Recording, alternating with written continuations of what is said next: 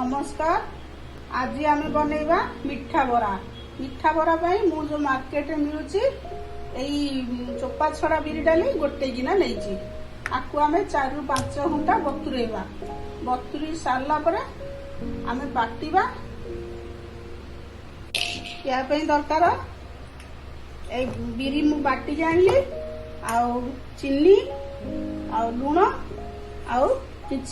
छोट चामच गोटे चामच गोलमरिच गुंड एतिक आमर तैयारी हम मिठा बरा। देखु ता भीतर मुझे अल्प लुण देवी ताकि ऊपर मिठा रहिबो। ऊपर मिठा रहिबो भितर नमकीन रहिबो। आमर जदि किछि मिठा खाइबा इच्छा हेले साधारणतः आम घर मानक फ्रिज रे बिरी बटा थाए। से बिरी बटा को आम झट से केमती मिठा टी बन खाइबा। मिठा थी प्लस नमकीन थी। एटा बहुत सहज उपाय। बिरी बरा रे तो आम मसला बरा खाऊचे, दही बरा खाऊचे, आलू पुर दिया बरा खाऊचे, रस बरा खाऊचे, किंतु यही बराटा गोटे अलग प्रकार। देखु मु भाया करुची तेल बसई देइची। एबे आम से बरा को छाणीबा।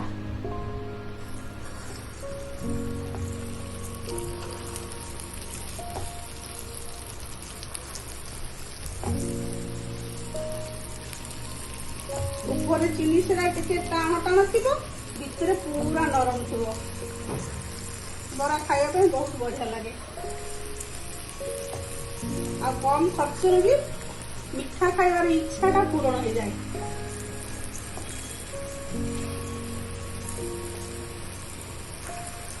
आमर तेल जी जगह हम से दबा ताठू अधिका देले ना सब लगी लगी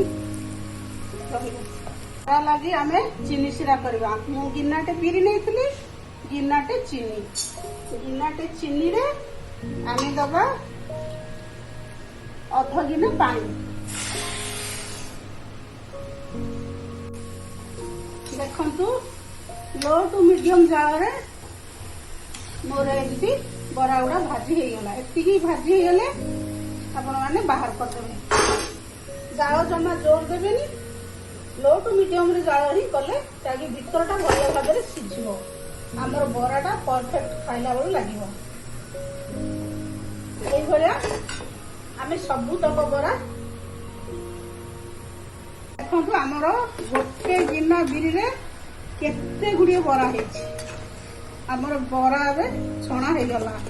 एबे तापर अच्छी आमर चीनी सिरा रे दबा।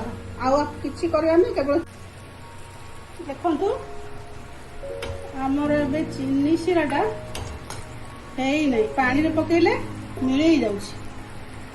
आउ टिके हबो।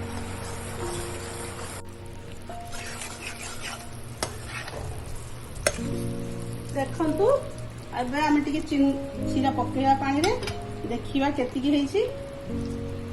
हाँ एबे आमर चीनीटा पानी रे टिके गोटा धरला।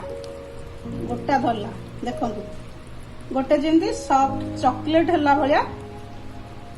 चॉकलेट हाथ में धरले जमी लगे नरम चॉकलेट से भलिया गोटे गोटाटे आसुची। ये आमर चीनी सिराटा हो गला। ठीक ए दबा आमर जो गोलमरिच गुंड। आर गोलमरिच गुंडटा ही ऊपर टिके राग राग लगुथो। भीतर नमकीन राग राग ऊपर राग राग टिके मिठा मिठा लगुथो। गोलमरिच गुंड दे सारे आम एमर बरा को देदेबा। बरा को देकी सबको भल कर मिसेदेबा।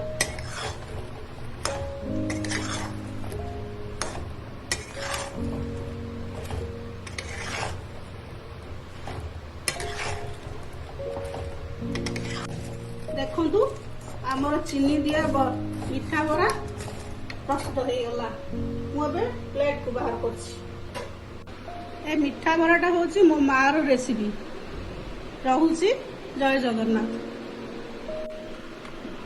देखु आमर मिठा बरा केमिति भितर सब ऊपर कुरकुरा आउ मिठा भीतर हूँ नमकीन। ଆମର ମିଠା ବରା ପ୍ରସ୍ତୁତ ହେଇଗଲା। ଆଉ ଏଇଭଳିଆ ଥରେ ବନେଇ ଖାଆନ୍ତୁ, ଦେଖନ୍ତୁ କେତେ ବଢ଼ିଆ ଲାଗିବ ଆପଣମାନଙ୍କୁ। କମ୍ ଖର୍ଚ୍ଚରେ ଆମର ଗୋଟିଏ ଛୋଟ ଗିନା ବିରିରେ ଏତେ ସାରା ପିଠା ବରା ତିଆରି ହେଇଗଲା।